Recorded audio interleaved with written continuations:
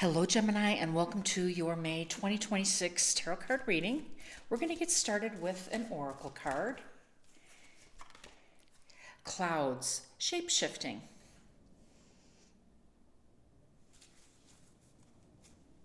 I like this message a lot for you because you are going to be hosting one of the most shape-shifting planets, Uranus, in your sign for 7 years. So you are going to be making some adjustments. You are going to be making great strides and great shifts as this planet of the future. It coaxes you, influences you, and sets the stage for major transformation. So let's go ahead and get some additional guidance and messages from our tarot to see what else we can find. But you are going to experience, more than any of us, great transformation under Uranus' spell for sure. Okay, so we have Page of Pentacles,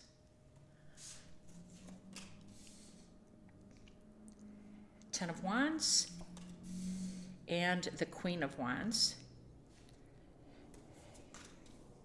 Three of Cups, the Tower, Judgment, the Lovers, Seven of Pentacles, and Five of Swords. Oh my goodness. So we've got quite a bit here. Quite a bit of power. I do like that the Five of Swords showed up here at the end because Gemini, you represent an air sign, and of course the air signs are represented by our swords. The Five of Swords, though, really brings a little bit of an energy of a battle, of disagreements, and of a little bit of disruption. Again, back to our theme with shape-shifting and Uranus, I'm sure some of those energies can be explained with that transit. But let's go ahead and start with the Page of Cups. I'm sorry, the Page of Pentacles. Now, the Page of Pentacles coming in talks about some optimism here, something to look forward to, and it's financial. So, coming into this story, the beginning of you rewriting your story, rewriting your narrative, you can expect certain support from the universe, and one of those will be financial. And so the page comes in with perhaps an offer or an introduction to something that can help get you going. So you understand that there is going to be some concentration in the House of Finance, which Seven of Pentacles is down here too, when your ruler, actually when Venus comes into your financial house, she will be touched down in your House of Finance, your money house, how you are drawing income, increasing revenue, things of that nature. So, okay, let's see what else.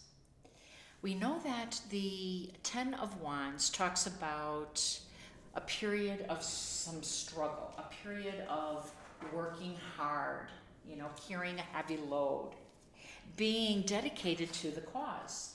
And you certainly have been. And you are so ready for this new story for so many reasons. But the Ten of Wands in particular really talks about your responsibilities that you've been carrying. And you've had the tendency, I think, to pick up a little bit more than your share of things. Gemini, you've been very instrumental in helping others along the way, both personally and professionally. And I think some of the reasons you've been carrying a little bit more of the load, I think, is because of maybe not real clear boundaries. Meaning some people have kind of taken advantage a little bit of your good nature and asked you, to give them a hand somewhere. And while you're always eager to, and you have done so, this period of self-sacrificing, for the good of others, sacrificing your own needs and your own jobs and putting your own things to the side is really coming to an end. And you're no longer willing to neglect, what you need. And I love that the tower in the middle is right behind there, because I really do think this is what the energy was that you were carrying through. Now, some of the other magic that you are going to be experiencing, meaning the tower, is definitely going to be a catalyst for you to move forward with. You have had some, I don't want to say blockages, but you've had some challenges in your way, unable to kind of get around a few things. Again, a majority of those were responsibilities, which we all carry. But you seem to have been stuck a little bit, and the tower coming in is disruptive by nature. This is Uranus's power, and it is at the heart of your reading, dear Gemini, and everything that is coming undone from this forward on can be attributed to Uranus having you focus on your future, having you release the things from your past, release the obligations that you felt, release some of the inequities with the Seven of Pentacles, releasing some of those things that have been holding you back. I also like that the Judgment card is right next to the Tower. Two major arcana cards next to each other is pretty significant. And when this card shows up, this Judgment card is saying to trust your judgment, to honor it. So when you have feelings of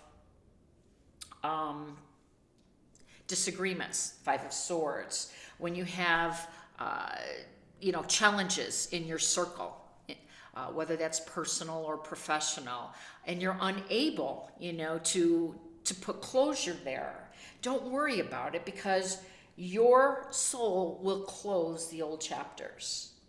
If you were unable to do it, the main thing for you to understand is when the Judgment card enters, it's an invitation for you to ascend, for you to move up, for you to move on. And as all you have to do is agree to that, that ascension is the main thing, is what I'm trying to say, because we don't all get closure. We don't all get resolution. But if you can express regret or contrition, and you're open for reconciliation and forgiveness, this is the time to do it, because this is your wake-up call. This is when all of those things, which indeed are karma, can come to an end. So this is an awakening. This is your moment of truth. And I really, I'm so excited about it, because the Lover's card here indicates that you're going to be guided with a partner. You're going to be guided with a soulmate. You're going to be guided with a significant other or a good friend. Now, the Lovers can be romantic, obviously, in nature, but they can also represent someone close in your family, a close family member. So someone is coming in to help move you through this process. And it's not easy. It is absolutely not easy. But what's on the other side of these clouds is, a new dawn, a new day. And you haven't been any more charming and any more magnetic. That's what the Queen of Wands is coming out and saying. This is you at your best. When things seem to not be going smoothly, that's when you rise. That's when you pick your head up and the best of you comes out, right? Because you realize that there's some things that you can do to advance your own dreams, your own goals, and you're willing to do that. You're ready to do it. These are heavy-hitting cards. I mean, extremely, three major arcana cards out in a row, and I love, like I said, that the Lovers here. Now, this is your card, by the way, Gemini. You represent the Lovers card, so this is so strong. This is Uranus, the Tower card. That's going to be in your sign for 7 years. So, listen. You are ready for this, because you realize that it's now more painful to stay in this situation, right, than it is to start over. And when that is realized, that's when change and spiritual awakening really happens. When you accept that fact. And that's really what Judgment card is too, the spiritual awakening. It's about the truth, getting to the heart of the matter and being honest with yourself. And so when you realize this and you accept the situation for what it is, and just say, I'm ready to begin again. I don't want to stay here any longer. And there's no more resolution to it, you move on from it. And what opens up in place of it is celebration. 3 of Cups, being surrounded by the people who love you and will lift you up. The Lover's card, your energy, you're pulling in. You are pulling in your partner. You are pulling in your equal. The people that are going to be attracted to you are going to be on your level. Your spiritual, social, personal level. This is so exciting. Okay, let's get one more card here from our tarot to see what type of challenges you might be facing for this May. The Moon. Okay, interesting. Now the Moon is your ruler, right? I'm sorry, that's Cancer's. I misspoke. The Moon, though close to your sign, we have the new moon and we have a full moon.